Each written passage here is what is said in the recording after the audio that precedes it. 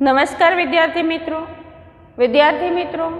पिछले वीडियो में हमने कक्षा 10 विषय हिंदी में हमारा गद्य 20 एल्बम जिनके लेखक हैं सुदर्शन। तो पिछले 2 वीडियो में हमने ये जो हमारा गद्य 20 हैं एल्बम उनके बारे में जानकारी जो है वो प्राप्त की है। पिछले वीडियो में हमने देखा था कि किस प्रकार से लाला सदानंद जो हैं वो पंडित शादीराम के घर किसी काम से आते हैं। तो देखते हैं कि उनके घर में कुछ पत्रिकाएं जो हैं वो पड़ी हुई हैं पुरानी। तो पूछते हैं कि ये क्या है। तो पंडित शादीराम उसे बताते हैं कि ये पत्रिकाएं हैं पुरानी, अब तो ये रद्दी हो चुकी हैं।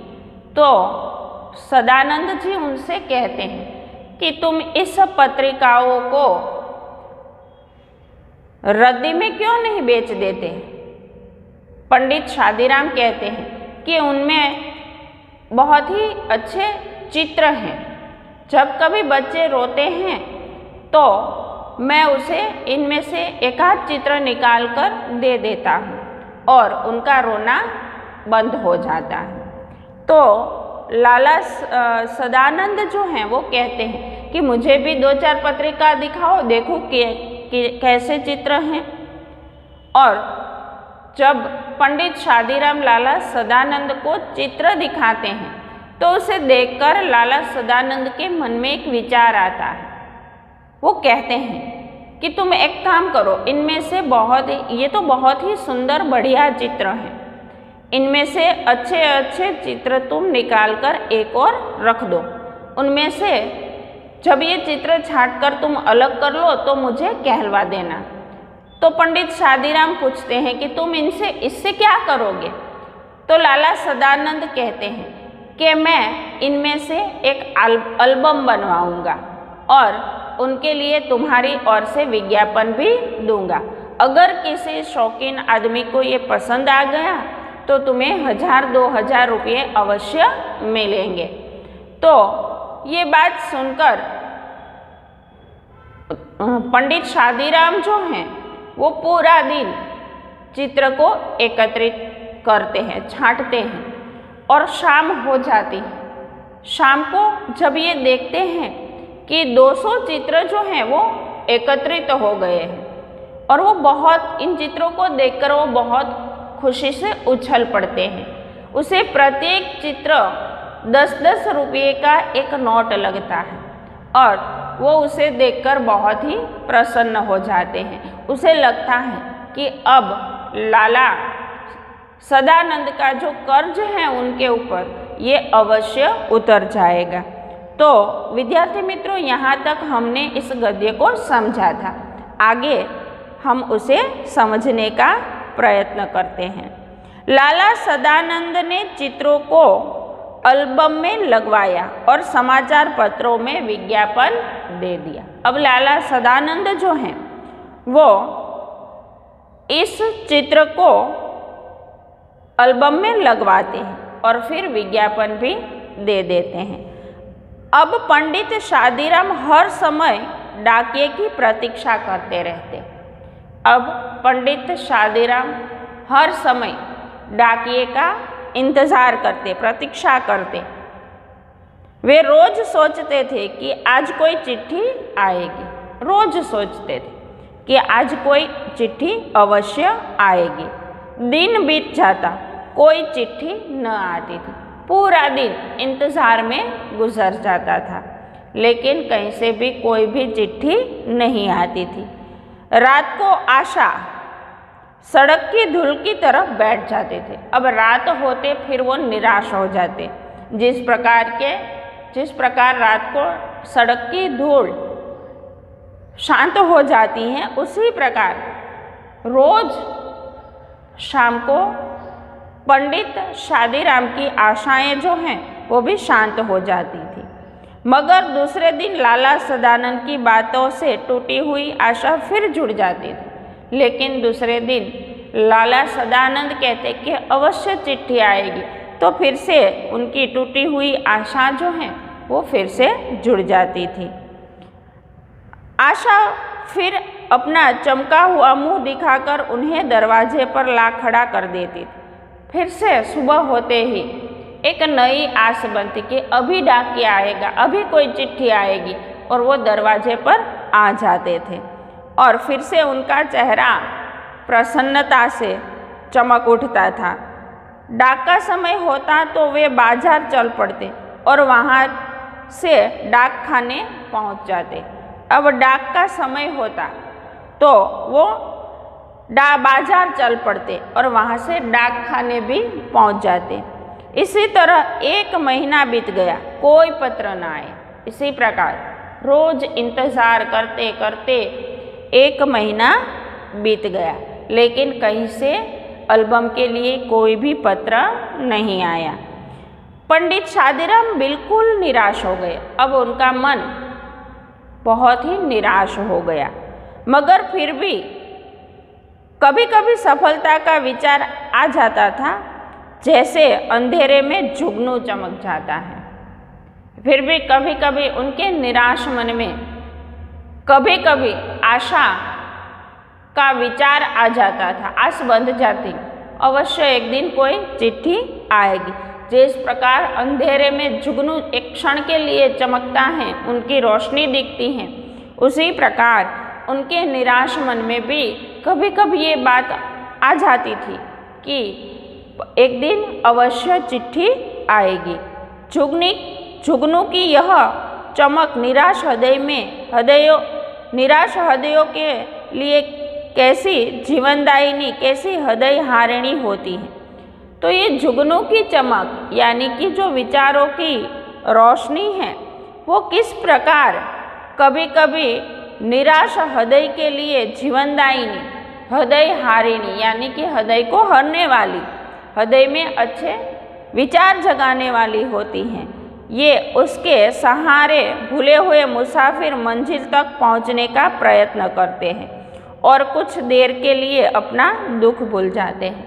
तो जुगनू चमकता है तो राह भूले मुसाफिर को लगता है कि कहीं कोई रोशनी है, कहीं कोई बस्ती है, और वो राह भूले मुसाफिर इसी प्रकार जुगनू की चमक से अपनी मंजिल तक पहुंच जाते थे। उसी प्रकार एल्बम की चिट्ठी अवश्य आएगी, इस विचार के होते ही कुछ क्षण के लिए पंडित शादीराम भी अपना दुख भूल जाते थे और फिर से उनके निराश मन में फिर से आशा की किरणें जाग उठती थी। यह झूठी आशा के अंदर सच्चा प्रकाश नहीं होता। यह दूर के संगीत के समान मनोहर जरूर होती है। तो इस झूठी आशा के अंदर सच्चा प्रकाश नहीं होता, मतलब ये उनकी मात्र कल्पना थी। ऐसे सच में पत्र नहीं आता था। यह दूर के संगीत के समान मनोहर जरूर होती। जिस प्रकार दूर से संगीत सुनते ही हमारे मन को आनंद होता है, वो मन को हरने वाला होता है। मन को हरने वाला यानी मनोहर, ये शब्द समूह के लिए एक शब्द के रूप में भी यहाँ पर पूछा जाता है। मन को हरने वाला तो मनोहर। कभी कभी विद्यार्थी मित्र कुछ लोग मनहर लिखते हैं, लेकिन सही शब्द मनहर नहीं है, सही शब्द है मनोहर। मन को हरने वाला मतलब मनोहर। तो मनहर आपको नहीं लिखना है। शब्द समूह के लिए एक शब्द के रूप में अगर पूछा जाता है प्रश्न पत्र में, तो मन को हरने वाला मतलब मनोहर, नहीं कि मनहर। तो ये मन को हरने वाली जरूर होती है। इस वर्षा की कमी दूर न हो, परंतु इससे काली घटा का जादू कौन छीन सकता है। तो ऐसी वर्षा से जो वर्षा की कमी है वो दूर न हो जाती, नहीं होती, लेकिन इनसे काली घटा का जादू जो है वो कौन छीन सकता है। पंडित शादीराम ने आशा न छोड़ी, या यूँ कहिए आशा ने पंडित राम को न छोड़ा। तो वो निराश अवश्य थे, लेकिन फिर भी उनके मन में एक आश थी कि अवश्य ही एक दिन चिट्ठी आएगी। उन्होंने आस न छोड़ी, बल्कि यूँ कहिए कि आस ने पंडित शादीराम को न छोड़ा। दिन ऐसे ही गुजरते गए, ऐसे ही दिन बीतते गए। आखिर एक दिन शादीराम के भाग्य जागे। कलकत्ते के एक मारवाड़ी सेठ ने पत्र लिखा कि एल्बम भेज दो। एक दिन उनके भाग्य जग जाते हैं। कलकत्ते के एक मारवाड़ी सेठ ने एक पत्र लिखा कि एल्बम भेज दो, अगर पसंद आ गया तो खरीद लिया जाएगा। उसे ये एल्बम पसंद आ गया तो वो उसे खरीद लेंगे। मूल्य की चिंता नहीं, चीज़ अच्छी होनी चाहिए। उन्होंने लिखा था कि पैसे की चिंता नहीं करना, चीज़ अच्छी होनी चाहिए, यानी कि एल्बम अच्छा होना चाहिए। यह पत्र उस करवट के समान था जो सोया हुआ आदमी जागने से पहले बदलता है और उसके बाद उठ बैठता है। ये जो पत्र था वो उस करवट के समान था जो सोया हुआ आदमी सोने से पहले बदलता है और फिर उसके बाद वो उठकर बैठा हो जाता है। यह किसी आदमी की करवट न थी, यह भाग्य की करवट थी। ये लाला सदानंद के भाग्य की करवट थी। ये किसी आदमी की करवट नहीं थी, बल्कि बल्कि पंडित शादीराम के भाग्य की ये करवट थी। पंडित शादीराम दौड़े हुए सदानंद के पास पहुँचे और उन्हें पत्र दिखाकर बोले, आखिर आज एक पत्र आया है, भेज दूँ एल्बम? दौड़ते हुए लाला सदानंद के पास जाते हैं पंडित शादीराम और कहते हैं कि आखिर आज एक पत्र आया है, मैं एल्बम भेज दूँ? 6 महीने बीत गए। एल्बम तो भेज दिया, 6 महीने भी बीत गए। लाला सदानंद बीमार थे। पंडित शादीराम ने उनके लिए दिन रात माला फेरा करते थे, तो लाला सदानंद बीमार पड़े थे। पंडित शादीराम उनके लिए दिन रात माला जो हैं वो फेरा करते थे। वे न वैद्य थे न डॉक्टर और न हकीम। वो न वैद्य थे न डॉक्टर थे और न हकीम थे। उनकी औषधि माला फेरना ही थी और वह काम वे अपनी आत्मा की पूरी शक्ति अपने पूरे मन से करते थे। वो न डॉक्टर थे, न हकीम थे, न वैद्य थे। उनके पास एकमात्र उनकी औषधि जो है वो है माला फेरना, और वे अपना ये काम अपने आत्मा की पूरी शक्ति से अपने पूरे मन से करते थे। उन्हें औषधि की उपेक्षा आशीर्वाद और प्रार्थना पर अधिक भरोसा था। उन्हें दवा के बदले, औषधि के बदले आशीर्वाद और प्रार्थना पर अधिक भरोसा था। उसे लगता था कि दवा की तरह दुआ भी काम करेगी। सोचते थे दवा से दुआ अच्छी है, यानी दवा लेने से दुआ करना अच्छा है।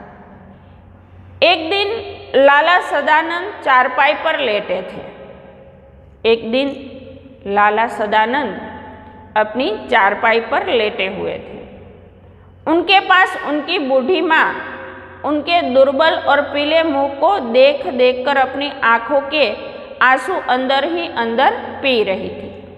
तो लाला सदानंद की बूढ़ी माँ लाला सदानंद के दुर्बल और पीले मुख को देखकर अपनी आँखों के आंसू अंदर ही अंदर पी रही थी, यानी मन ही मन बहुत दुखी हो रही थी। थोड़ी दूरी पर एक कोने में उनकी नवोढ़ा स्त्री घूंघट निकाले खड़ी थी और देख रही थी कि कोई काम ऐसा तो नहीं है जो रह गया हो। तो थोड़ी दूर लाला सदानंद की नवोढ़ा स्त्री, यानी अभी अभी जिसे ब्याह कर लाया हो, ऐसी नवोढ़ा स्त्री घूंघट निकाले खड़ी थी और देख रही थी कि कहीं कोई काम रह तो नहीं गया हो।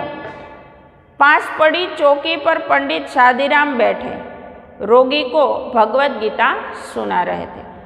तो उसके पास पड़ी एक चौकी पर पंडित शादीराम बैठे थे और रोगी को यानी बीमार को भगवत गीता सुना रहे थे। एकाएक लाला सदानंद बेशुद्ध हो गए। अचानक लाला सदानंद जो हैं वो बेशुद्ध हो जाते, मतलब बेहोश हो जाते हैं। पंडित जी ने गीता छोड़ दी और उनके सिरहाने बैठ गए। पंडित शादीराम गीता छोड़कर उन्हें सिरहाने यानी मस्तक की ओर जाकर बैठ गए। स्त्री गर्म दूध लाने के लिए अंदर दौड़ी और माँ घबराकर बेटे को आवाज़ देने लगी। उनकी पत्नी जो है वो गर्म दूध लेने के लिए अंदर दौड़ी और उनकी माँ घबराकर उनके बेटे को बुलाने लगी, आवाज़ देने लगी। इसी समय पंडित जी को लगा कि रोगी के सिरहाने के नीचे कोई चुभती हुई चीज रखी है। तो उसी वक्त पंडित शादीराम को लगता है कि रोगी के सिरहाने पर कोई चुभती हुई चीज रखी है।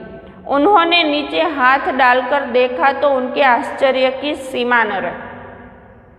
तो उन्होंने नीचे हाथ रखकर देखा कि क्या है, तो उनके आश्चर्य का ठिकाना न रहा। वह सख्त चीज वही एल्बम था जिसे किसी सेठ ने नहीं बल्कि स्वयं लाला सदानंद जी ने खरीदा था। तो वो चुभती हुई चीज और कुछ नहीं था बल्कि वह एल्बम था जिसे किसी सेठ ने नहीं बल्कि लाला सदानंद ने ही खरीदा था। पंडित शादीराम इस विचार से बहुत प्रसन्न थे कि उन्होंने सदानंद का ऋण उतार दिया, मगर यह जानकर उनके हृदय को चोट सी लगी कि ऋण उतरा नहीं अपितु पहले से 2 गुना हो गया।